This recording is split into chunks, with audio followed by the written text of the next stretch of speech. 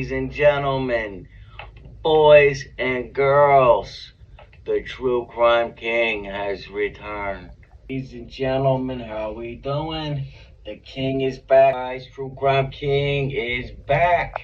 What's up, guys? Welcome back to True Crime King, the best, the coolest reaction true crime channel out there. I said, if they say something else about me and they want the smoke, I'm gonna bring it to them. And next time, I'm not gonna stop. So we'll see. The ball's in their court now. Ladies and gentlemen, how we doing? The King is back with you. Morning, guys. True Crime King back. Where she is, dude.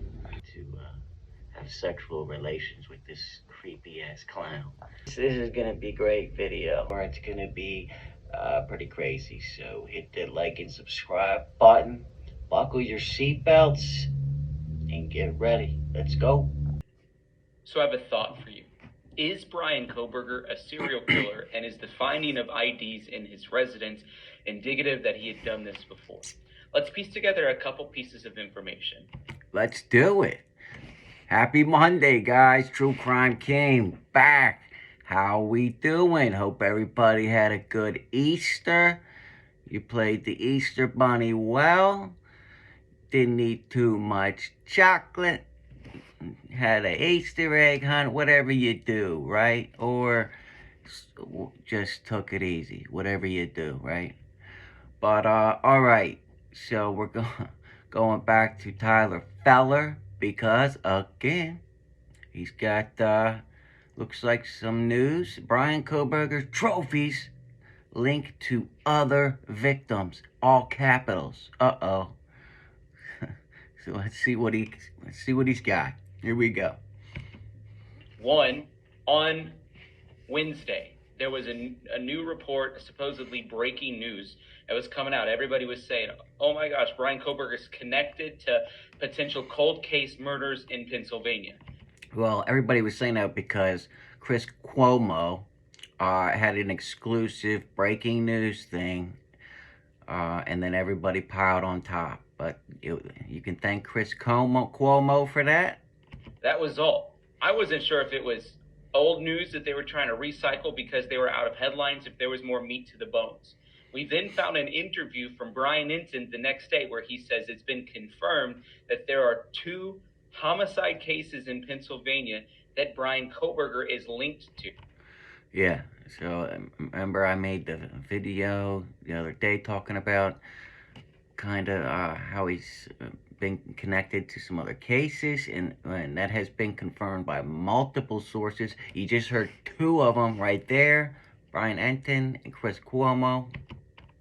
The very next day, on Thursday, in the evening news, more breaking news sort of hits the ecosystem as it pertains to this case with Bryan Kohberger, and the conversation then shifts to ID cards of people who live in the residence of 1122 King Road were found inside of a glove, inside of a box, inside of Bryan Kohberger's house. Okay, see, now this is where everybody, so some news stations are reporting it was found in a shoebox inside of a glove that was in that shoebox, okay, but in the car, right? But then some are reporting it was found in a glove, in a shoebox, in the house, right? I thought when they released the search warrant stuff, that it was found in the house. That's what I heard the first time. But it keeps changing, you know. It depends on what source you watch. But I'm going to go, it was found in a glove, in a box, in the house.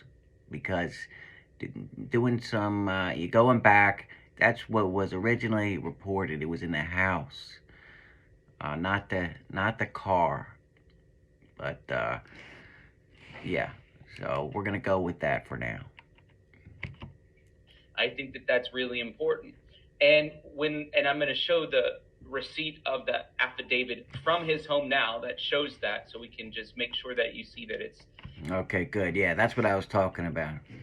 It's plural. But my head started to think the combination of those two pieces of information leaking out together, it makes me think, and I could be wrong, but it makes me think that they have pinpointed, based on the ID cards that they found with Bryan Kohberger, that they have pinpointed him to other crimes in Pennsylvania. Yeah, because let's say he's got an ID or two from like one or two people that were murdered in Pennsylvania, right? Uh, duh. I mean, it doesn't take a rocket scientist to be like, oh, hey, these people were murdered, uh, and Kohberger has got an ID from the Idaho murders where he's a suspect in jail. So, hey, maybe he murdered these two people or these people that he's got the IDs of from Pennsylvania too, right? Could it be that he's a serial killer who takes the trophy of an ID card of, or maybe he's just a stalker, or broke into their house and stole the IDs. Who knows? But either way, he shouldn't be having other people's IDs in a fucking glove in his house, in a box, or at all, right? He shouldn't have anybody else's ID unless you're a creepy stalker dude and a murderer, right? his victims, and as they were taking the things from his residence, they found ID cards from previous victims of his. Is it possible that he has lots and lots and lots of victims' ID cards sitting around? That way he can remember exactly who it was that he committed these atrocities to? That's what I'm wondering, and that's what I'm thinking, at least based on the way that the information was released. Just think about this. The Pennsylvania Police Department has came out and confirmed some of this information, but just think about this. It's leaking that he's committed 2 other possible murders he's being investigated for. It was leaking that they have ID cards, multiple ID cards, including that which belongs to 1122 King Road. I find it to be very intriguing. I'd love to know your thoughts down in the comment section and help sort of.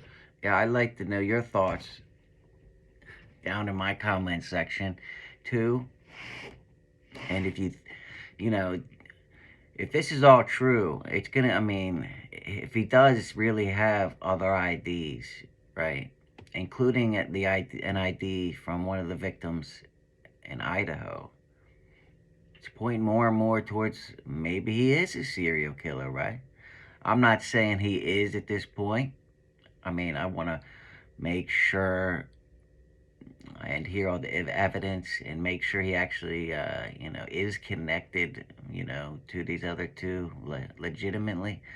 But I'm convinced he's at least a thrill killer or a murderer because I believe he did commit the Idaho murders already.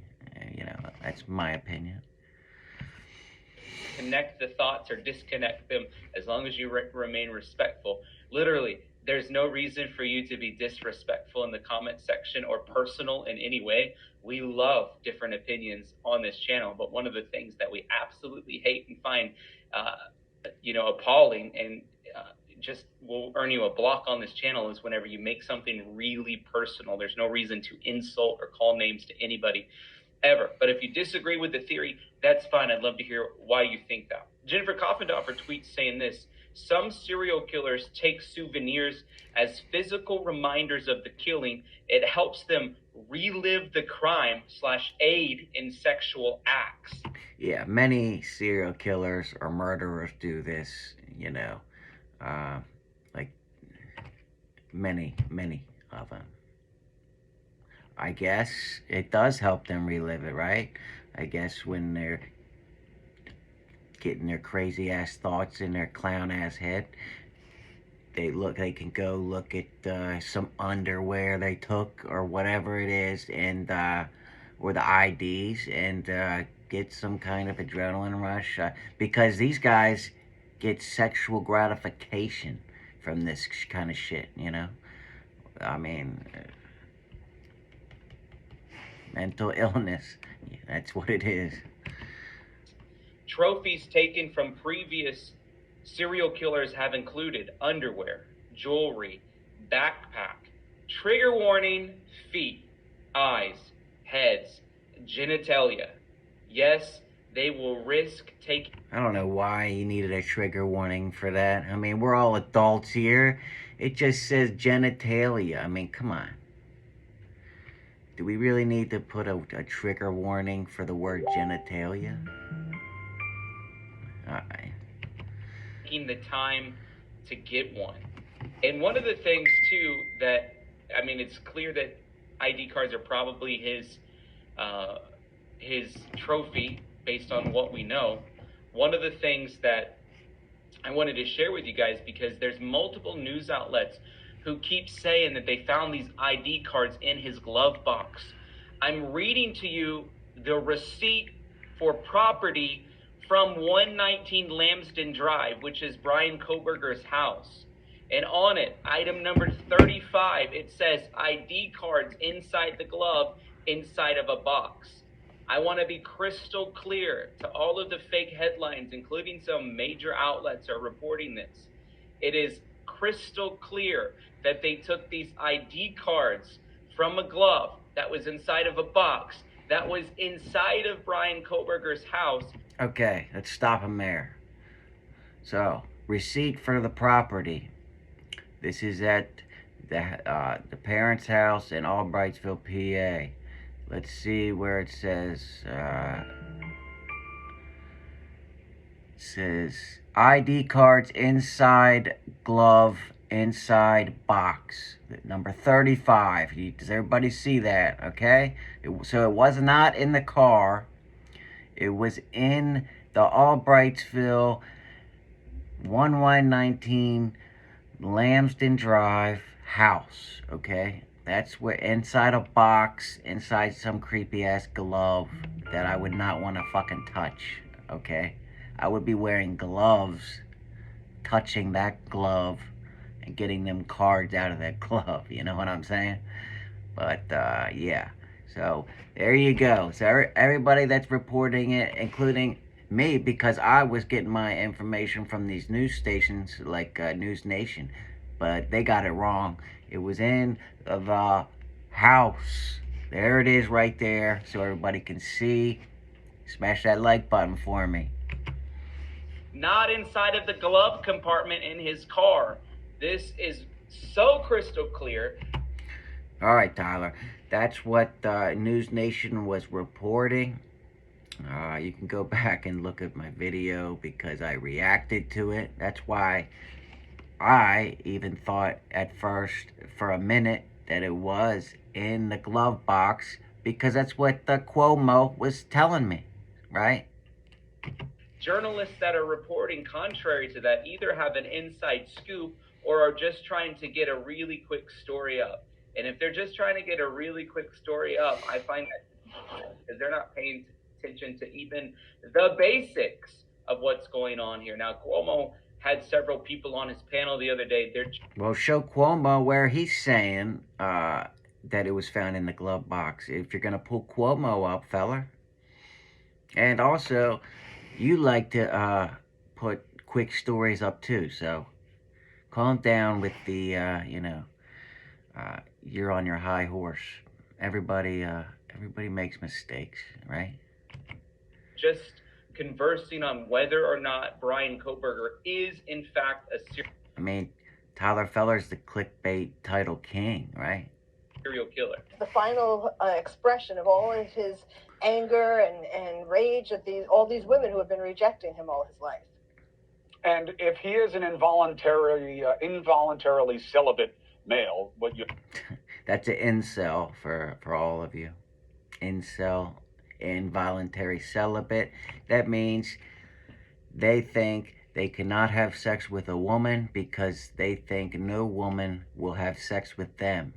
And then they go on shooting rampages. You're calling an incel.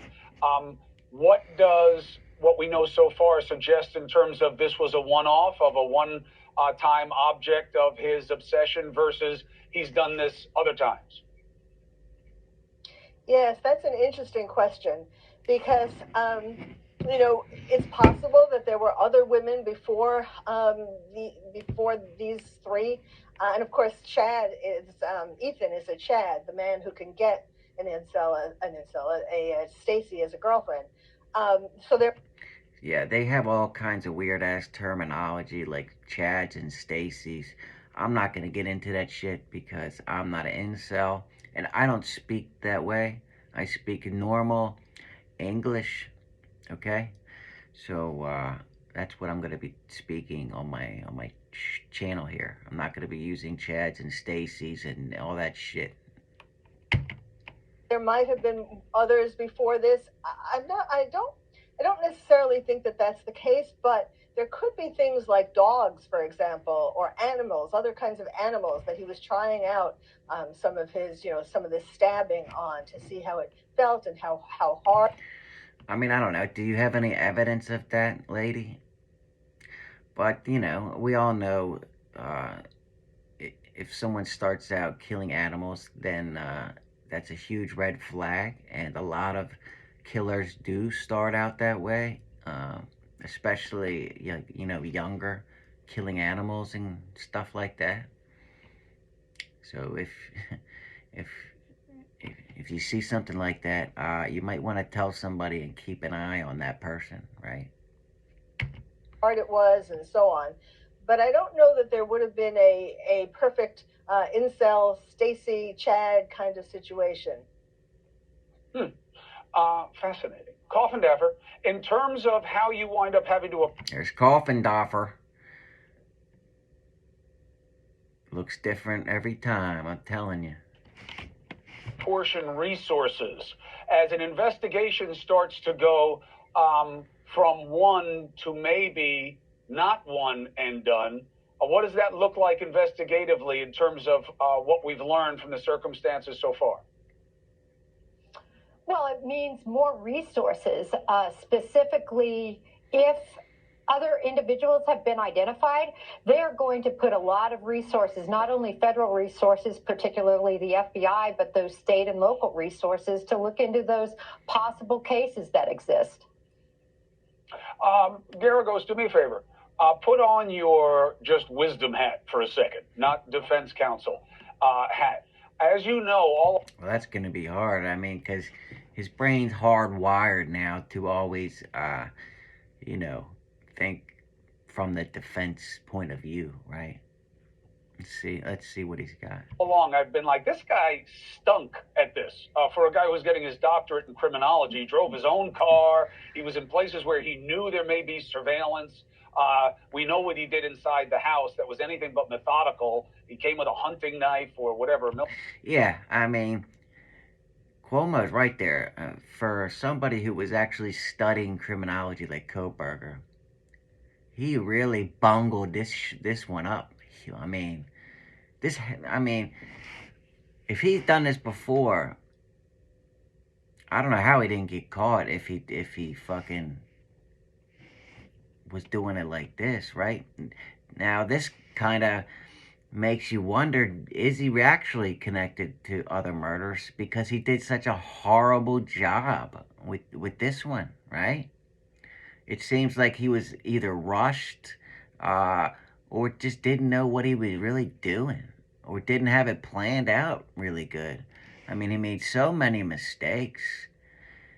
At first, it's kind of hard to believe, but now with all this coming out, it's just fact that Kohberger is not a good killer at all, right? But that's a good thing, right? Clowns in jail. Military-style knife. I walked out and left a witness. You know, all kinds of things. Talked about it, was online. Yeah, he looked Dylan right in the eyes, and it wasn't because of visual fucking snow, okay? He could see just fine. No driving restrictions. I mean, come on. Don't even think about that visual snow. He looked Dylan right in the eyes and walked out. Left a witness that could identify his big bushy eyebrows, okay? Line about it. I've never been impressed by his execution, let's say. But in your experience, what kinds, can you draw any kind of observation of what kinds of assailants are repeat versus one time? You know, that's an interesting question, to borrow Carol's expressions, I like it. with apologies. The interesting thing that I've found, and I've handled more than my fair share of homicide cases, is if there is a repeat, and I'm thinking it's few and far between in terms of serial killers, but repeat murders or being accused of murder, there is a type, and there kind of a 0 to 60 kind of emotion, and the things that trigger are always overstated, if you will, represented people who have committed or been accused of committing the crime with a long period of time in between. Almost seems like Tyler Feller's turning into a reaction kind of channel, like my kind of channel, right? But anyway, you would think a killer would get better with the more murders you do, right? I mean, I don't know. But yeah, this video's got 30 seconds left. Tyler's just gonna say his goodbye. But hope you guys liked it. If you did, smash that like button for me. And until next time, guys, True Crime King out.